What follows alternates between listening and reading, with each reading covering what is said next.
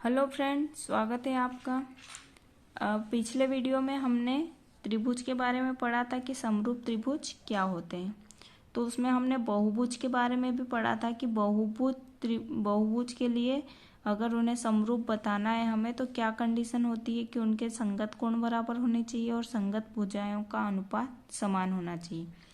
तो वो तो हमने बहुभुज के लिए पढ़ा था। तो क्या त्रिभुज के लिए भी, त्रिभुज मतलब तीन भुजाओं वाला बहुभुज के लिए भी ये कंडीशन आवश्यक है। तो ये हमारी बुक में दे रखा है कि बहुभुज की समरूपता के लिए लिखे गए थे हमने जो प्रतिबंध, वही त्रिभुज के लिए भी लगते हैं। तो क्या लिखा है, दो त्रिभुज समरूप होते हैं यदि उनके संगत कोण बराबर हो और उनकी संगत भुजाएं एक ही अनुपात में हो, ये होता है।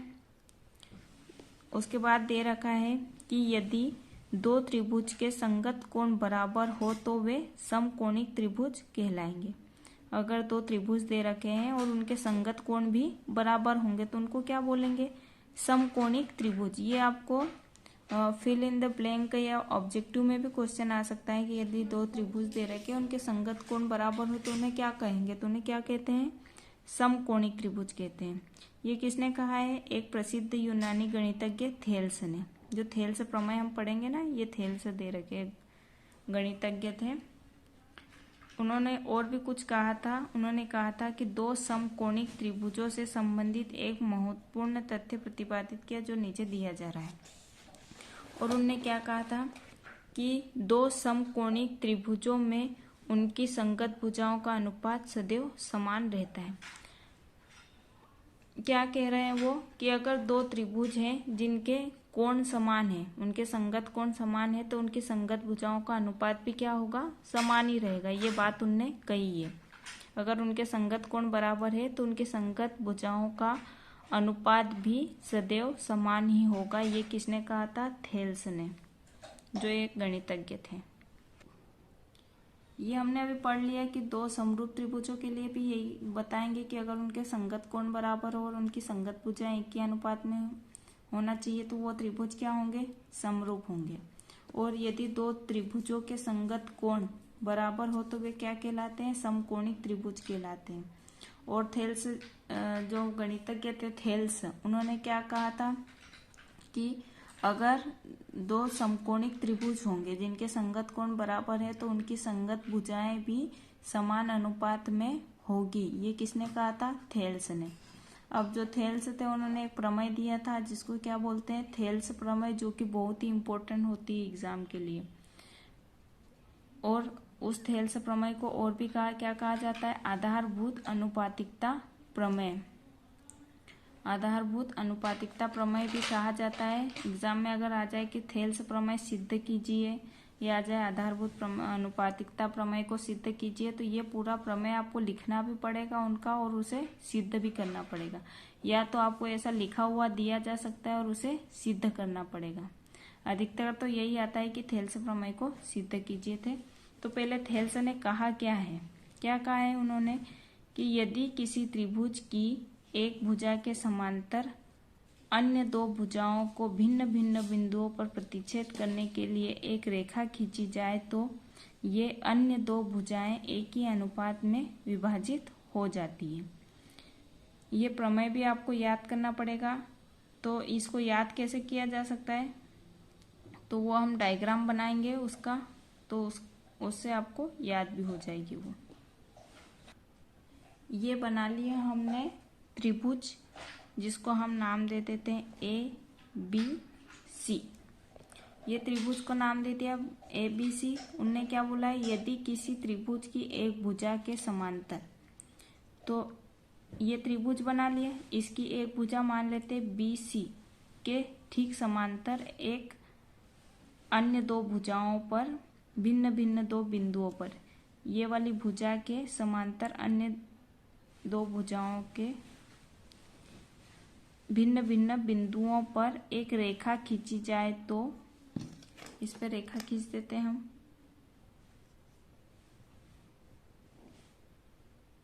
ये रेखा खींच दी, जिसको हम नाम दे देते हैं D और इसको नाम देते हैं A।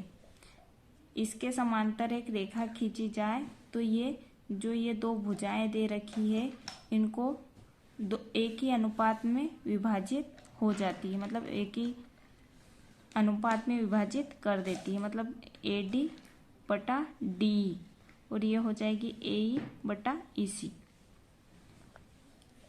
ये हो गया, हमने जो उन्होंने प्रमेय दिया था उसके अनुसार हमने डायग्राम बना लिया है। अब इसको हमें सिद्ध करना है, तो पहले हम लिख लेते हैं क्या क्या किया है हमने।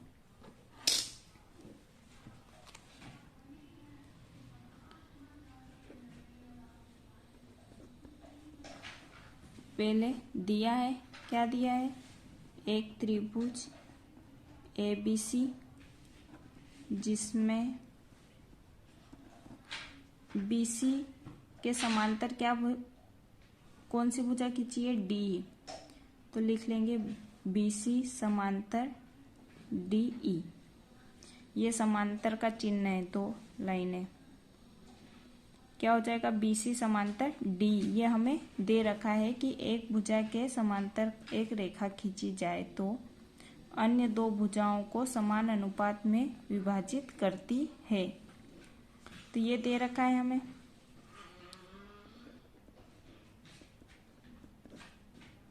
सिद्ध करना है, ये तो हमें समांतर है, ये तो दिए रखा है, तो ये क्या दो अनुपात में विभाजित करती है, ये हमें सिद्ध करना है।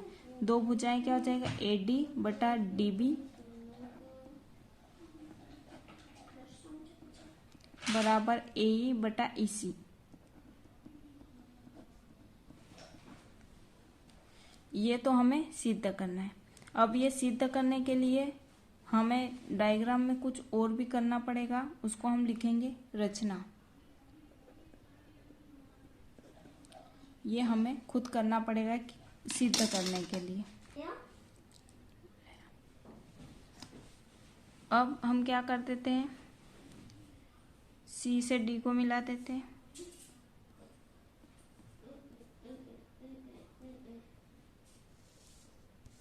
क्या किया हमने, C से D को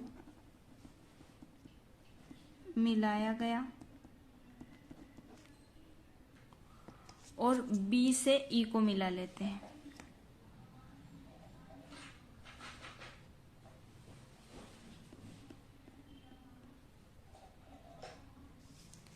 B से E को मिलाया गया, B से E को मिलाया गया, और अब हम लंब डालते हैं। जो E बिंदु से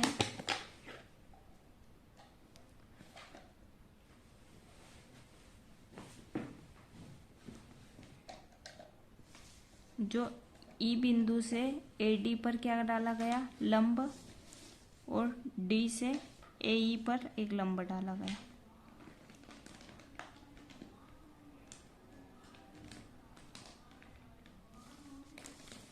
इसको नाम दे दिया हमने M और इसको नाम देते हैं N। इसको लिखते हैं D बिंदु से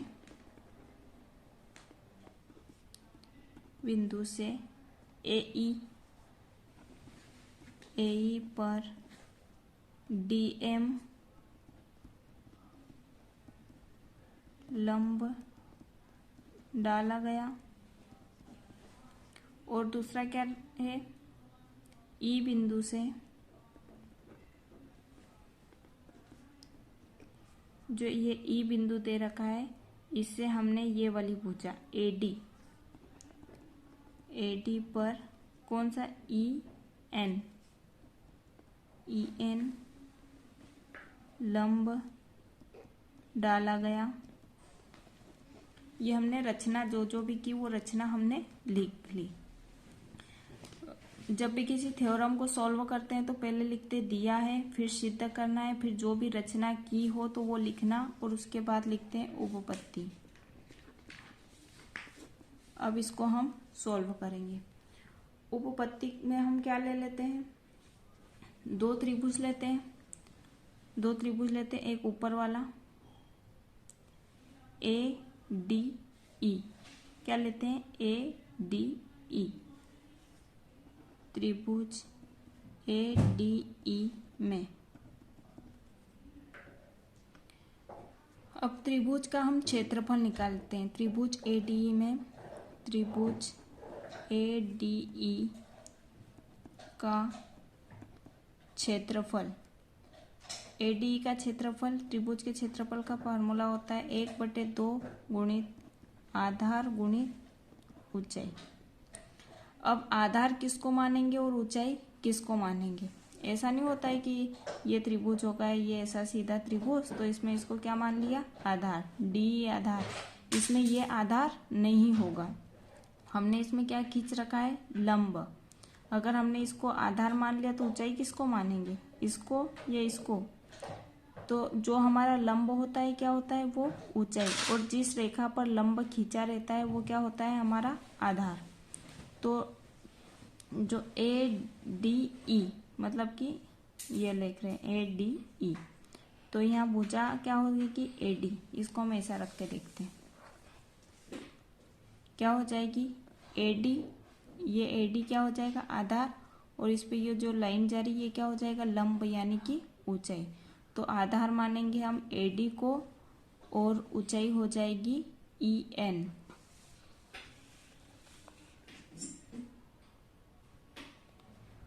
हमारा हो जाएगा 1/2 AD इंटू EN। अब हम दूसरा त्रिभुज लेते हैं, इसको दे दो समीकरण 1। अब दूसरा त्रिभुज हम इसमें लेते हैं, त्रिभुज DBE। क्या लेते हैं? त्रिभुज DBE, ये वाला त्रिभुज DEB का क्षेत्रफल। इसमें भी वही क्षेत्रफल है कि 1/2 गुणित आधार गुणित ऊंचाई। तब इसमें आधार किसको मानेंगे? ये बन रहा है त्रिभुज, ये त्रिभुज कौन सा बन रहा है? अधिक कोण वाला, यानी कि अधिक कोण वाला त्रिभुज बन रहा है। अब इसमें हम देखते हैं कि ये क्या बन रहा है? त्रिभुज BDE, ये वाला त्रिभुज बन रहा है हमारा। तो इसमें हम आधार किसको मानेंगे? इसको हम ऐसा करके देखते हैं। तो ये त्रिभुज हमारा बन रहा है अधिक कोण वाला। तो इसमें अधिक कोण त्रिभुज में क्या होता है कि जो लंब होता है वो त्रिभुज से बाहर चले जाता है। मानना कि ये लंब हो जाएगा, इसके लिए भी यही लंब हो जाएगा। तो इसका आधार तो हो जाएगा, कौन सी इस पे आ रहा है? ये लंब, ये वाली भुजा पे आ रहा है लंब, तो ये लंब हो जाएगा। और आधार क्या हो जाएगा? ये, यानी कि BD। ये हो जाएगा आधार 1/2, आधार हो जाएगा BD गुणा ऊंचाई हो जाएगी EN। इसको दे दिया समीकरण 2। फिर हम लेते हैं, हमारा ये वाला भाग तो हो गया था, ये ऊपर वाला त्रिभुज और ये वाला त्रिभुज। फिर हम त्रिभुज ये लेते हैं ADE। पहले हमने क्या लिया था? ADE। अब हमने पहले उसमें सिर्फ लंब के आधार किसको माना था? AD को, और लंब ये लिया था। अब हम आधार किसको मानेंगे? AE को, और लंब ये वाला हो जाएगा DM। त्रिभुज ADE का क्षेत्रफल बराबर 1/2 गुणित आधार गुणित ऊंचाई। तो ये हो जाएगा 1/2, इसमें आधार हो जाएगा AE, ये आधार हो जाएगा, तो इस पे लंब ये वाला आ जाएगा। आधार AE तो लंब उस पे DM।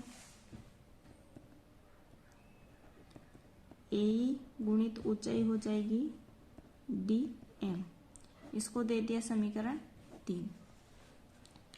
अब लेते हैं त्रिभुज, ये वाला त्रिभुज तो ले लिया था BDE वाला। अब हम ये वाला ले लेते, इधर वाला DEC। त्रिभुज DEC का क्षेत्रफल इसमें भी वही होगा, आधार गुणित ऊंचाई। तो 1/2 आधार गुणित ऊंचाई। तो आधार इसमें हम क्या मानेंगे, ये वाली लाइन, इस पे ये लंब जा रहा है क्योंकि ये त्रिभुज अधिक कोण बनता है, ये हमारा अधिक कोण हो जाता है, तो यही वाली भुजा जाएगी। आधार इसमें क्या मानेंगे, EC, और EC पे लंब यही जा रहा है,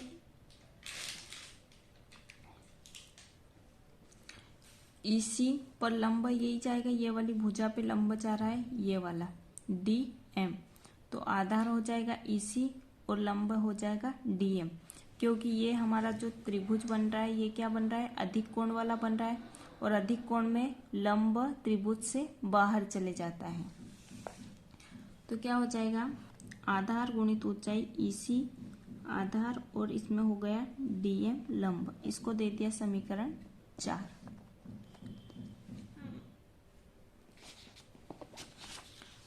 अब यहाँ हमने किया समीकरण 1 व 2 से, दोनों का भाग देते हैं। समीकरण 1 दे रखा था त्रिभुज ADE का क्षेत्रफल, तो त्रिभुज ADE का क्षेत्रफल बटे समीकरण 2 दे रखा है DEB का क्षेत्रफल, तो बटा DEB का क्षेत्रफल क्या है, समीकरण 1/2 इंटू AD इंटू EN, तो ये लिख लिया हमने। और उसके बटे में समीकरण 2 दे रखा है 1/2 BD इंटू EN, तो ये लिख लिया। 1/2 से 1/2 कट गया, EN से EN कट गया, क्या बचा, AD बटा BD। इसको दे दिया हमने समीकरण 5। और ऐसे ही समीकरण 3 व 4 से इन दोनों को भी भाग दे देते हैं। समीकरण 3 क्या दे रखी है, ADE का क्षेत्रफल, त्रिभुज ADE का क्षेत्रफल बटे त्रिभुज DEC का क्षेत्रफल।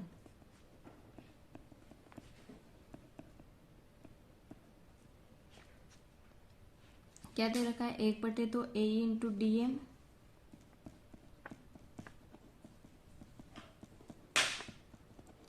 बटा 1/2 EC DM।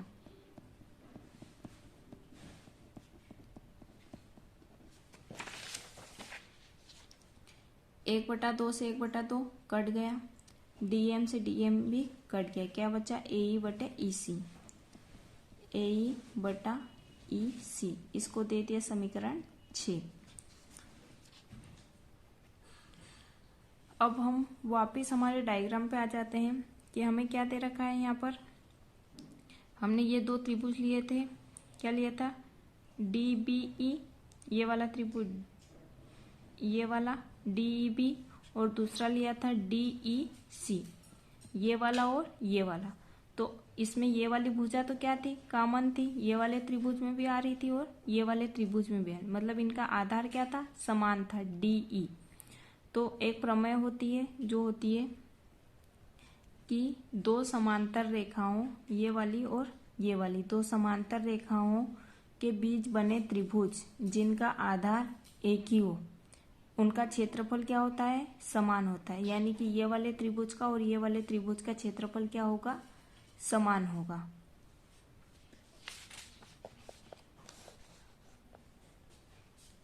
यह हम लिखेंगे, हम जानते हैं कि दो समांतर रेखाओं के बीच बने एक ही आधार वाले दो त्रिभुजों का क्षेत्रफल बराबर होता है। तो कौन से दो त्रिभुज हैं, त्रिभुज DBE, त्रिभुज DEB का क्षेत्रफल किसके बराबर होगा, क्षेत्रफल DEB का बराबर होगा DEC का।